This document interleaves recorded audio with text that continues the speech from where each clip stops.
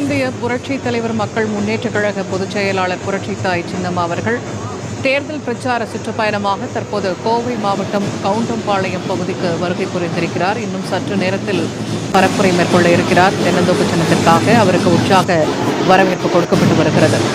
கழக கொடி நிறத்திலான பலூன்களை ஏந்தியபடியும் பதாகைகளை ஏந்தியபடியும் பெண்கள், தொண்டர்கள், நிர்வாகிகள் என திரண்டு நின்று அவரை உற்சாகமாக மலர்கள் தூவி வரவேற்கும் காட்சியை தான் தற்போது நாம் நேரலையாக பார்த்து வருகிறோம்.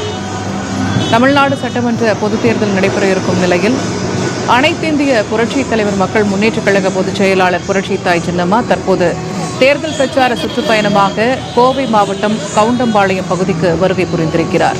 இன்னும் சற்று நேரத்தில் பரப்புரை நிகழ்த்த இருக்கிறார் புரட்சித்தாய் சின்னம்மா. அவருக்கு உற்சாக வரவேற்பு கொடுக்கப்பட்டு வருகிறது.